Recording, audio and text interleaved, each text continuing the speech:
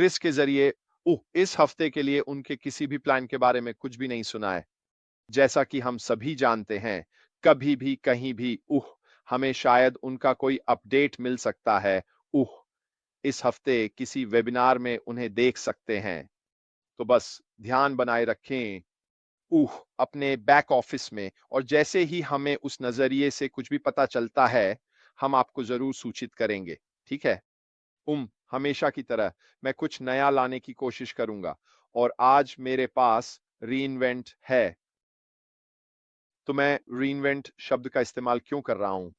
असल में ये कुछ ऐसा है जो ऐश ने अपनी एक वेबिनार में कहा था, और मैंने इसे देखना और थोड़ा बहुत विश्लेषण करना शुरू किया, और जितना ज्यादा मैंने इसे देखा, उतना ही यह और विस्तृत होता गया, और मुझे सच में लगा कि यह हमारे लिए इस अगले चरण में जाने के लिए एक बहुत ही महत्वपूर्ण भूमिका निभाता है। क्योंकि व्यवसाय के रीइन्वेंट करने के बहुत सारे पहलू हैं जो वास्तव में हमसे जुड़े हुए हैं। अब मुझे बस पढ़ने दीजिए कि ऐश ने वेबिनार में क्या कहा था, और ये उनके, चलो एक नजर डालते हैं। ये 10 अप्रैल की वेबिनार में था जब उन्होंने ये बात कही थी, और उन्होंने कहा था, मेरा सपना और मेरी इच्छा उन सभी समस्याओं पर भारी है जो हमें इस समय दिखाई देती हैं, और मैं आगे बढ़ने के लिए एक समाधान खोजना चाहता हूं। यह एक चुनौती थी, उन्होंने कहा, और मुझे खुद को फिर से गढ़ना पड़ा ताकि मैं वही गलतियां दोबारा न करूं। तो जाहिर है, ऐश मुफारेह के इस कथन ने मुझे यह सोचने पर मजबूर कर दिया कि वास्तव में रीइन्वेंट का क्या मतलब है, और व्यावसायिक संदर्भ में इसके क्या मायने हैं। और व्यावसायिक संदर्भ में रीइन्वेंट का मतलब है किसी व्यवसाय या उसकी कार्यप्रणाली में महत्वपूर्ण और मौलिक बदलाव करना, अक्सर बदलते माहौल या बाजार के अनुसार खुद को ढालने के लिए। यह इस बारे में है कि कोई कंपनी अपने संचालन, सेवाओं, ग्राहकों या नए उत्पाद और सेवाएं प्रदान करने के तरीके को मूल रूप से कैसे बदलती है। अब जब मैंने यह पढ़ा तो मैंने सच में सोचा, वाह! मैंने सोचा, यहाँ बहुत कुछ है ना? जो कि हमारे वर्तमान स्थिति से बहुत मिलता-जुलता है जब हम अगले चरण में प्रवेश कर रहे हैं। ये सच में दिखाता है कि बहुत सारे व्यवसायों के सामने बहुत सारी चुनौतियां होती हैं। ये कोई ऐसी बनाई हुई बात नहीं है जिसे ऐश मुफारेह ने करने का फैसला किया हो। यह मुझे यह भी दिखाता है कि अगर इस तरह की बातें सार्वजनिक रूप से सबके सामने कही जाती हैं, तो यह एक ऐसी घटना है जो बहुत बार होती है। और साथ ही फोर्ब्स की 5 प्रभावों की एक सूची है, जिसे मैं अभी आपको पढ़कर सुनाऊंगा, जो व्यवसाय के लिए खुद को फिर से आविष्कार करने से जुड़ी है। लेकिन मैं थोड़ा और विस्तार से बताना चाहता हूं कि व्यवसाय में रीइन्वेंट का वास्तव में क्या मतलब होता है, यह शब्द क्यों महत्वपूर्ण है, और यह किस तरह से हमारे काम करने के तरीके को बदल सकता है। इनमें से एक है कट्टरपंथी परिवर्तन। अब तो आप ध्यान से सुन रहे हैं, है ना? हम इस समय किस दौर से गुजर रहे हैं? हम एक कट्टरपंथी परिवर्तन से गुजर रहे हैं, है ना? यही ठीक वही है जो इस समय हो रहा है। रीइन्वेंशन केवल बड़े सुधारों से कहीं अधिक है। यह व्यवसाय मॉडल या उसकी मुख्य कार्यप्रणालियों का पूरी तरह से पुनर्निर्माण करने के बारे में है। हम इस समय क्या कर रहे हैं जब हम अगले चरण में प्रवेश कर रहे हैं? याद रखिए, हमारे सीईओ ने क्या कहा था, ऑन पैसिव से कुछ भी नहीं आ रहा है सिवाय मेरे और मेरे नाम के। ये उसी कट्टरपंथी बदलाव का हिस्सा है जिसे हम आगे बढ़ते हुए देखने वाले हैं, उसी रीइन्वेंटिंग का हिस्सा। व्यवसाय में रीइन्वेंटिंग का एक और हिस्सा है नई दृष्टिकोण अपनाना। यह मूल्य सृजित करने, ग्राहकों की सेवा करने या नए उत्पाद या सेवाएं विकसित करने के लिए नवाचारी तरीके खोजने के बारे में है। ये लगभग ऐसा लगता है जैसे ये सब हमारे लिए, हमारे सीईओ ऐश मुफारेह के लिए ही लिखा गया हो।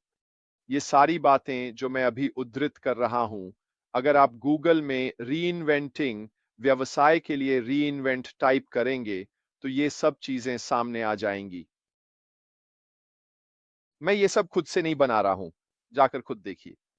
और इनमें से बहुत सारी बातें जब आप वास्तव में उनका विश्लेषण करना शुरू करते हैं, तो पाएंगे कि इन सब का मुख्य हिस्सा वही है जहां हम इस समय हैं और हमारे व्यवसाय के साथ जो कुछ भी हो रहा है। परिवर्तन के अनुसार ढलना भी इन्हीं में से एक है। रीइन्वेंशन अक्सर बाजार, प्रतिस्पर्धा या तकनीक में बदलाव के जवाब में होती है। और जाहिर है, इन सब के अलावा भी नवाचार से आगे भी, जहां नवाचार मौजूदा उत्पादों या सेवाओं को बेहतर बनाने पर केंद्रित होता है, वहीं पुनर्निर्माण पूरी तरह से कुछ नया बनाने के बारे में है, जो अक्सर मौजूदा बाजारों को बाधित कर देता है। मेरा मतलब है, क्या आप सुन रहे हैं कि मैं यहां क्या पढ़ रहा हूं? हम इन सब बातों के बारे में बहुत बहुत लंबे समय से बात कर रहे हैं। ये व्यवसाय के लिए पुनर्निर्माण ऐसा लगता है जैसे ये हमारे लिए ही लिखा गया है इस अगले चरण के लिए। ये वाकई अजीब है। और जब मैंने इसमें गहराई से देखना शुरू किया तो मैं सच में थोड़ा हैरान रह गया। तो इसमें रीब्रांडिंग करना, कंपनी के मिशन को फिर से केंद्रित करना, नए बिजनेस मॉडल लागू करना या यहां तक कि पूरी तरह से नया व्यवसाय शुरू करना भी शामिल हो सकता है।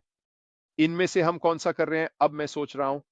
मूल रूप से व्यवसाय में पुनर्निर्माण का मतलब है बदलाव के लिए सक्रिय और रचनात्मक दृष्टिकोण अपनाना। सिर्फ समस्याओं पर प्रतिक्रिया देने या धीरे धीरे अनुकूलन करने के बजाय यह नए तरीके खोजने के बारे में है जिससे आप मूल्य बना सकें और एक गतिशील बाजार में प्रतिस्पर्धी बने रह सकें। वाह! जो बातें मैंने अभी बताई हैं वही वास्तव में इस समय हमारे व्यवसाय की स्थिति को दर्शाती हैं। हम वे सब कुछ कर रहे हैं जिनका मैंने अभी जिक्र किया। इन सभी चीजों का सम्मिलित रूप से यही कारण है कि हम खुद को आगे बढ़ाने के लिए पुनर्निर्मित कर रहे हैं। हम उन समस्याओं के प्रति सक्रिय हैं जिनका हमने सामना किया है।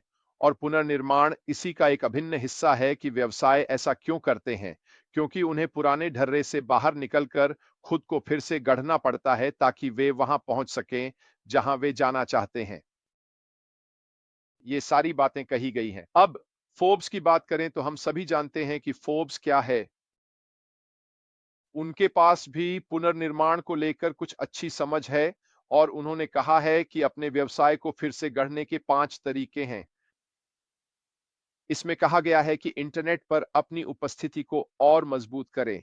परंपरागत रूप से स्थापित व्यवसाय निश्चित रूप से अतीत में फंस सकते हैं, जबकि उनके प्रतिस्पर्धी भविष्य में एक अस्पष्ट ऑनलाइन उपस्थिति और एक ई-कॉमर्स साइट के साथ आगे बढ़ जाते हैं। वैश्विक महामारी के कारण अधिकांश व्यक्ति और कर्मचारी किसी न किसी हद तक अलग-थलग हो गए हैं और इसने व्यवसायों को, चाहे वे बिजनेस टू कस्टमर हों या बिजनेस टू बिजनेस, अतीत की तुलना में अलग तरीके से काम करने के लिए मजबूर कर दिया है। नई सामान्य स्थिति में काम करने के लिए किसी कंपनी को इंटरनेट पर विस्तार के अवसर तलाशने होंगे और संचालन में बदलाव लागू करने होंगे। इन समयों में बदलाव न केवल अनिवार्य है, बल्कि लाभकारी भी है। महामारी के दौरान किसी भी व्यवसाय को देखकर यह आसानी से समझा जा सकता है कि उन्होंने अपने संचालन में कैसे बदलाव किए। जहां अधिकांश व्यवसायों ने कम से कम कुछ हद तक बदलाव किए हैं, वहीं कुछ व्यवसायों को अपनी लगभग पूरी संचालन प्रणाली को बदलने के लिए मजबूर होना पड़ा है। सौभाग्यवश इन बदलावों में से कई और ये रूपांतरण भविष्य में इस व्यवसाय को अधिक लाभकारी और मजबूत बनाएंगे। यह कहता है कि अपनी कीमतों के साथ रचनात्मक बने। कई व्यवसाय एक ही ढर्रे में फंस जाते हैं और हमेशा अपने उत्पादों और सेवाओं के लिए एक ही कीमत वसूलते रहते हैं।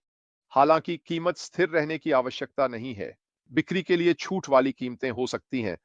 बिल्कुल, हमेशा गुणवत्ता वाली खरीदारी, दूसरी वस्तु की खरीद, दूसरे दिन या किसी घंटे पर आधी कीमत जैसी छूटें दी जा सकती हैं।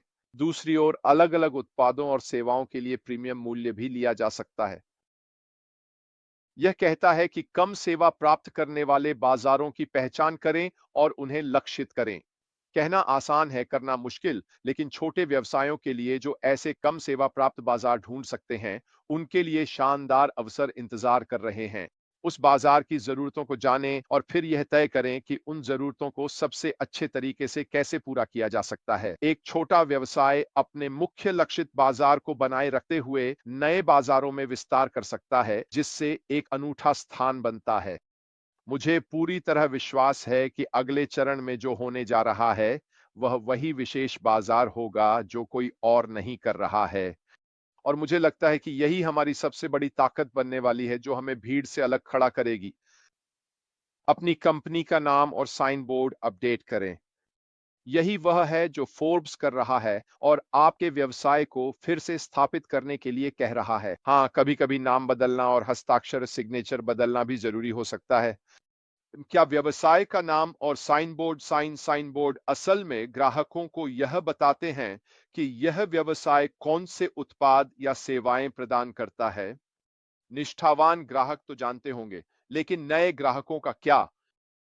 अगर यह स्पष्ट नहीं है, तो शायद एक नया नाम, साइन बोर्ड और साथ में एक टैगलाइन संभावित ग्राहकों के लिए यह समझना आसान बना देगी कि व्यवसाय वास्तव में क्या बेच रहा है। अपने व्यवसाय को नया रूप दें ताकि आपका व्यवसाय बढ़ सके। प्रतिस्पर्धियों की नकल करने के बजाय एक छोटा व्यवसाय अपना खुद का अनूठा बाजार और ब्रांडिंग विकसित कर सकता है। अगर कोई व्यवसाय वही करता रहेगा जो वह हमेशा से करता आया है, तो उसे शायद वही पुराने नतीजे मिलेंगे या उससे भी कम। नवाचार करें, बदलाव के लिए तैयार रहें, कुछ अलग आजमाएं और तब तक कोशिश करते रहें जब तक आपको कोई बेहतर तरीका न मिल जाए। आपके व्यवसाय का भविष्य शायद इसी पुनर्नवाचार में छुपा हो। ये फोर्ब्स से है, जो कि एक बहुत ही प्रतिष्ठित और विश्वसनीय अंतरराष्ट्रीय प्रकाशन है। फिर से स्पष्ट कर दूं, ये मैं खुद नहीं कह रहा हूं, बल्कि यह वही बात है जो फोर्ब्स जैसे सम्मानित और प्रसिद्ध प्रकाशन ने कही है। ये वही प्रतिष्ठित प्रकाशन है जो वही कह रहे हैं जो हम अभी विस्तार से चर्चा कर रहे हैं। दरअसल आश ने कहा कि उन्हें खुद ही को नया रूप देना पड़ा ताकि वे उन चुनौतियों का सामना कर सकें जो हमें अपनी गलती के बिना भी झेलनी पड़ी हैं। इसी वजह से मैं पूरी तरह से मानता हूं कि यह पुनर्नवाचार जिससे हम इस समय गुजर रहे हैं, खुद को नया रूप देना, एक नए चरण में जाना, शायद नाम भी बदलना पड़े, मुझे नहीं पता। हमें इंतजार करना होगा और देखना होगा, लेकिन इतना तो तय है कि यह बिल्कुल नया होगा। निश्चित रूप से यह देखना बहुत रोमांचक होगा कि हमारे सामने क्या आने वाला है। निश्चित रूप से यह ताजगी से भरा होगा। ये कुछ ऐसा होगा जो हमने पहले कभी नहीं देखा। यह हमें उद्योग के भीतर एक बेहद मजबूत स्थिति में ला देगा। ये एक बहुत बड़ा उद्योग है, लेकिन अगर हम सच में प्रभाव डालने में सफल हो जाते हैं, अगर हम लोगों को चर्चा करने के लिए, ध्यान देने के लिए, देखने के लिए मजबूर कर पाते हैं, तो हम उतनी तेजी से विस्तार करेंगे जितना कि ये धमाके की तरह होगा। इसी वजह से मैं पूरी तरह से मानता हूं कि जो कुछ भी इस समय हो रहा है, हमारे सीईओ के माध्यम से, जिन्होंने दूरदर्शिता दिखाते हुए यह निर्णय लिया, आइए इस पर एक रेखा खींचते हैं। यह काम नहीं कर रहा है। दरअसल हम पीछे जा रहे हैं। इस सारी गड़बड़ी को सुलझाना हमारे व्यवसाय के लिए न तो सक्रिय है और न ही उत्पादक। आइए नए सिरे से शुरू करें, लेकिन ज्ञान और अनुभव के आधार से और आगे बढ़ें। लेकिन जो चीजें पहले से टूटी हुई थीं, उनके टुकड़े-टुकड़े साथ ले जाने के बजाय उन्होंने कहा, नहीं, इसे एकदम ताजा शुरू करते हैं, इसे बिल्कुल नया करते हैं, इसे ऐसे करते हैं कि जब हम शुरू करें तो इसका असर वाकई शानदार हो। इसी वजह से मैंने ये विषय चुना, क्योंकि जितना ज्यादा मैंने इसे देखा, उतना ही सब कुछ उसी ओर इशारा करता था जो हम अब भी कर रहे हैं। ये आपके सामने साफ-साफ लिखा है। जाकर खुद देखिए।